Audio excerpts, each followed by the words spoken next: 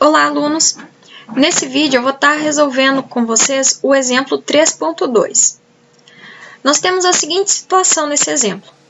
Considere uma máquina cujo valor é depreciado no decorrer do tempo, a uma taxa fixa que incide sobre o valor da máquina no ano anterior. E suponha que a função que representa o valor em reais no decorrer do tempo em anos é dada por f de x igual a 240.000 vezes 0,85 elevado a x. O exercício solicita as seguintes questões. Alternativa A. Qual era o valor inicial da máquina? Alternativa B. Qual será o valor da máquina após 3 anos? E alternativa C.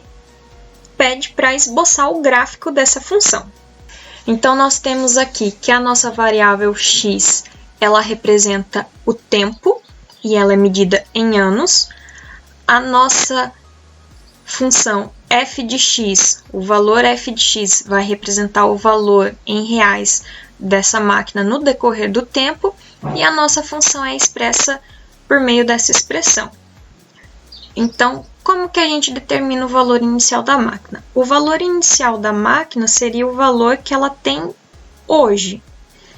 E a gente pode estar considerando, sempre que a gente falar de valor inicial, a gente sempre vai considerar a nossa variável independente, que nesse caso é o x, a gente sempre vai considerar essa nossa variável x igual a 0. Então, nós temos aqui f de 0 igual 240.000 vezes o 0,85 elevado a 0. 0,85 elevado a 0, por definição, isso aqui é 1. Todo número elevado a 0 é 1. Então, nós temos 240.000 vezes 1, o que nos retorna 240.000. Então, o valor inicial da máquina é os 240.000. Esse é o valor inicial da máquina. Agora, a alternativa B. Qual é o valor da máquina após 3 anos? Então, agora, após 3 anos, nós vamos considerar, então, o nosso x igual a 3. Então, nós vamos lá na expressão da nossa função, que era f de x igual a 240.000 vezes o 0,85 elevado a x, e aqui na expressão da nossa função, aonde tem x, nós vamos trocar esse x por 3. Então, a f de 3 vai nos retornar o valor da máquina. Então, f de 3 é quem? 240.000 vezes 0,85 elevado a 3. Então, nós temos 240.000 vezes quem? 0,85 elevado a 3 vai nos retornar o valor de 0,614125. No caso, para fazer essa conta aqui, né, 0,85 ao cubo, a gente pode estar utilizando a calculadora para auxiliar a gente aqui, ok? Agora, quanto que dá o resultado dessa multiplicação aqui? O resultado dessa multiplicação vai nos retornar um valor aproximado aí de 147.390. Então, qual é o valor da máquina após 3 anos? R$ 147.390. Este é o valor da máquina após 3 anos. Na alternativa C, nós queremos esboçar o gráfico da nossa função f de x. O que nós podemos perceber aqui, olhando para a expressão da nossa função f de x? Bom, primeiro, se eu olhar aqui, quem que está sendo elevado a x? O 0,85 é quem está sendo elevado a x. 0,85, então, seria o nosso a, certo? Lembra que genericamente, a nossa função ela é f de x igual a b vezes a elevado a x. Então, quem está sendo elevado a x é o valor do a. Nesse caso, o 0,85 é quem está sendo elevado a x. E 0,85 é o quê? É um número menor do que 1. Então, nós já sabemos que o gráfico da nossa função ela é decrescente. Como a é igual a 0,85 e isso é menor que 1, a função é decrescente. Nós já sabemos isso. Outra coisa, o B. O B nos dá o valor do intercepto com o eixo vertical, né? Com o nosso eixo Y. E nesse caso, quem multiplica o A elevado a x? Nesse caso, nós temos o 240.000. Então, como o nosso B é igual a 240.000, nós temos que o ponto 0 e 240.000 é o intercepto com o eixo Y, ou f de x. O nosso eixo vertical a gente pode tanto chamar de y como f de x, não tem problema. Então, nós já sabemos aqui, nós já conhecemos um ponto da nossa função, que é o ponto 0 e 240.000. Nós já sabemos que a nossa função é decrescente. E quem que é o domínio dessa nossa função? Bom, eu preciso lembrar o que representa o meu x nesse caso para eu dizer quem é o domínio da função. O meu x ele é o quê? O meu x ele representa o tempo com o passar dos anos. Se x representa o tempo, quer dizer que eu não posso atribuir para x valores negativos, porque eu não posso ter um tempo igual a menos 2 anos, por exemplo. Então, nesse caso, eu não posso atribuir para minha função valores de x negativo. Mas eu sei aqui que eu posso atribuir x igual a 0. Seria o ano inicial. Então, nesse caso, o domínio da minha função seria quem? O domínio da nossa função f seria o intervalo fechado para 0, porque eu tenho o ponto 0 e 240.000, até quem? Até infinito.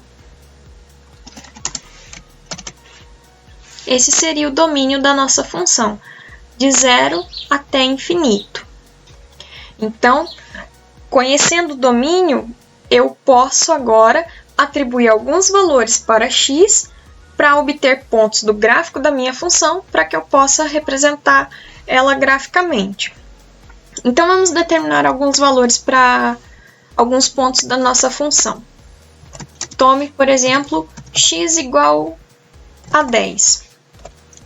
Quando eu tomo x igual a 10, o que eu faço?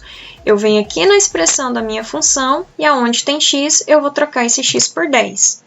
Então, eu tenho a f de 10 igual aos 240.000 vezes 0,85 elevado a 10.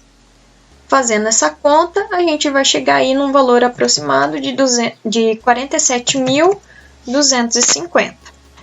Então, nós temos aqui que o ponto 10 para x e 47.250 pertence ao gráfico da nossa função f. Então, nós temos esse ponto aqui para localizar. Nós já temos aqui o ponto 0 e 240.000, e agora nós descobrimos aqui o ponto 10 e 47.250. Vou atribuir outro valor para x. Vamos tomar agora x igual a 20. Então, novamente, eu vou lá na expressão da minha função f de x, e aonde tem o x eu vou trocar por 20. Então, a f de 20 é quem? É os 240.000 vezes o 0,85 elevado a 20. Fazendo esse cálculo aqui, a gente vai obter aproximadamente aí 9.302. Então, quem é o ponto do meu gráfico aqui? O ponto do meu gráfico é o x igual a 20 e o 9.302. Este é mais um ponto do gráfico da minha função f. Então, Esse aqui é o outro ponto que eu vou estar localizando lá no meu plano cartesiano. Vamos tomar mais um ponto aqui, então. Tome agora, por exemplo, o x igual a 30. Então, novamente, lá na expressão da função, onde tem x, eu vou trocar por 30. Então, quem é a f de 30? A f de 30 é os 240.000 vezes o 0,85 elevado a 30. Fazendo a conta aqui, a gente vai obter um valor aproximado aí de 1.831. Então, quem é o outro ponto do meu gráfico aqui? É o x igual a 30 e o 1.831. Esse é mais um ponto do gráfico da minha função f.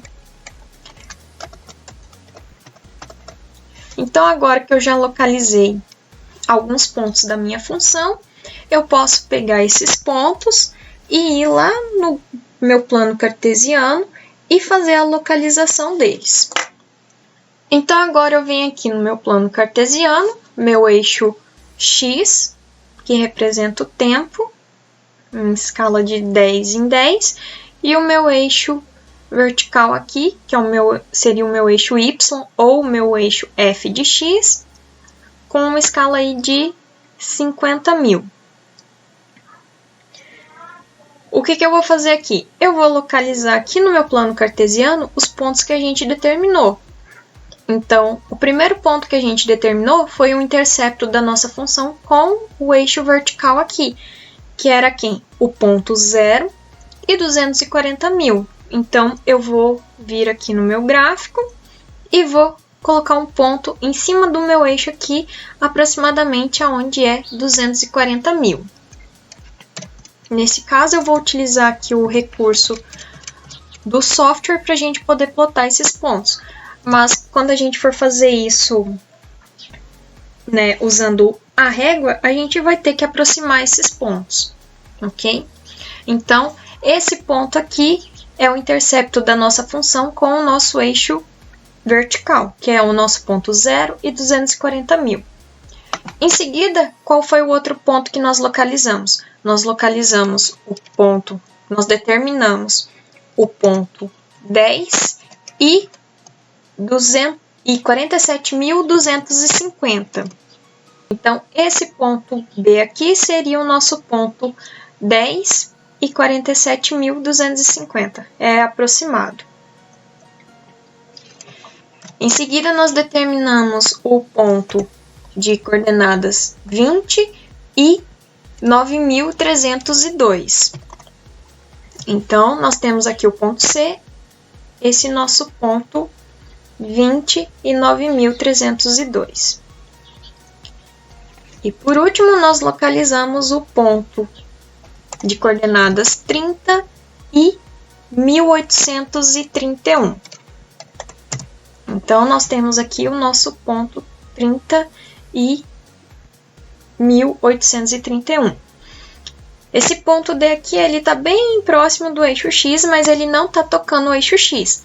Lembra que a nossa função exponencial, ela nunca vai tocar o nosso eixo x aqui, certo? Ela vai se aproximar o máximo que ela pode do eixo x, mas ela nunca vai tocar o eixo x. Porque se ela tocasse o eixo x, isso ia significar que a f de x seria igual a zero em algum momento. Mas isso não ocorre no caso das funções exponenciais. Não existe um x que eu troque na função que faça aquela minha função f de x se anular, ok? No caso, como aquela expressão está dada. Agora, nós podemos ligar esses pontos aqui na curva da nossa função exponencial.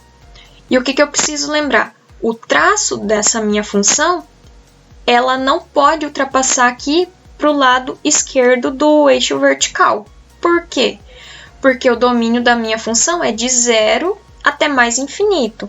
Se eu fazer uma representação do gráfico da minha função aqui do lado esquerdo do meu eixo vertical, quer dizer que eu posso atribuir para o meu x valores negativos, o que não é verdade, porque x negativo não está definido no domínio. Então, eu preciso tomar cuidado com isso.